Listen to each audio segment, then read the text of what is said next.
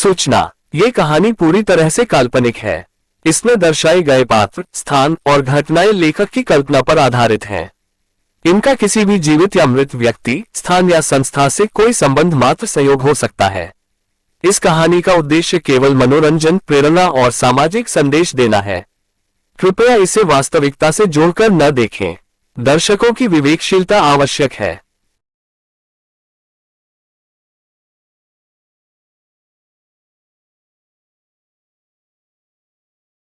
शहर का सबसे रईस खानदान मल्होत्रा फैमिली, जिनका बेटा आरव मल्होत्रा करोड़पति, स्मार्ट, पढ़ा लिखा और संस्कारी भी, लेकिन दिल से थोड़ा अकेला। बचपन से ही पैसों की भीड़ में पला बड़ा आरव कभी सच्चा प्यार नहीं जान पाया। एक दिन एक कॉलेज पार्टी में उसकी मुलाकात होती है सान्या से, हॉट, फैशनेबल, बोल्ड और बलाकी खूबसूरत। सान्या को देखते ही आरव का दिल धड़क उठता है। धीरे धीरे दोस्ती होती है, फिर डेटिंग शुरू। लेकिन सान्या का इंटरेस्ट सिर्फ आरव की गाड़ियों, महंगे गिफ्ट्स और रॉयल लाइफस्टाइल में था। वहीं उसी कॉलेज में पढ़ती थी एक साधारण सी लड़की अंजलि, जो एक मिडिल क्लास परिवार से थी। सादा जीवन, सच्चा दिल और जिद थी कुछ बनने की। वो दूर से आरव को पसंद करती थी, लेकिन जानती थी कि दोनों की दुनिया अलग है। फिर भी प्यार छिपाए नहीं छिपता। आरव पूरी तरह सान्या में खोया हुआ था, लेकिन एक दिन उसने सान्या को किसी और अमीर लड़के के साथ रोमांटिक डिनर करते पकड़ लिया। टूट गया उसका भरोसा, बिखर गया उसका प्यार। वहीं अंजलि ने एक दिन अपनी भावनाएं आरव के सामने रख दी, लेकिन आरव ने ठंडे स्वर में जवाब दिया, तुम बहुत अच्छी हो, लेकिन मैं अभी किसी पर भरोसा नहीं कर सकता। अंजलि की आंखें नम हो गईं। वो जानती थी आरव की ना उसकी गलती नहीं है, लेकिन प्यार एक तरफा हो तो भी चुभता है। मल्होत्रा परिवार ने बिना आरव की मर्जी के उसका रिश्ता एक बड़े उद्योगपति की बेटी रिया कपूर से तय कर दिया। बिजनेस डील भी पक्की हो गई। आरव मजबूर था, प्यार में धोखा खाया था और अब शादी किसी अनजान से।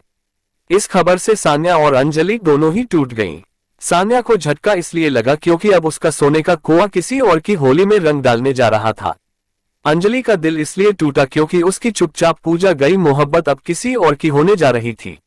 सान्या ने आरव को पाने के लिए कई चालें चली। मीडिया में फेक अफेयर की खबरें फैलाना, आरव के परिवार को बदनाम करने की धमकी, आरव से झूठ बोलकर कि वो प्रेग्नेंट है। वहीं अंजलि, जिसे आरव अब नजरअंदाज करता था, दिन ब दिन टूटती जा रही थी। उसने अपने दोस्तों से कट जाना शुरू किया, किताबें छोड़ दी, खुद को कमरे में बंद कर लिया। उसकी डायरी में बस एक ही बात थी, वो मेरा नहीं हो सकता, लेकिन मैं भी बिना उसके जी नहीं सकती। शादी की तारीख करीब आई। आरव ने रिया से शादी कर ली, मन से नहीं, मजबूरी में। लेकिन उस रात दो खबरें आईं। एक, सान्या ने आरव के पैसों का गलत इस्तेमाल करने, ब्लैकमेल करने और धोखाधड़ी के केस में पकड़ी गई। उसे 7 साल की सजा हुई। 2, अंजलि की लाश उसके कमरे में पाई गई। उसने सुसाइड नोट में लिखा था, मैंने तुमसे सिर्फ प्यार किया, बदले में कुछ नहीं मांगा, लेकिन मेरी मोहब्बत इतनी कमजोर थी कि तुम्हें छू तक न सक। आरव के पास सब कुछ था, बंगला, कार, बिजनेस, नाम, लेकिन न सान्या, न अंजलि और न ही सच्ची खुशी। रिया एक अच्छी पत्नी साबित हुई, लेकिन आरव का दिल अब किसी के लिए धड़कता नहीं था। उसने एक एनजीओ खोल दिया, अंजलि फाउंडेशन, जहां वो मानसिक स्वास्थ्य, सुसाइड प्रिवेंशन और लड़कियों की पढ़ाई के लिए काम करने लगा।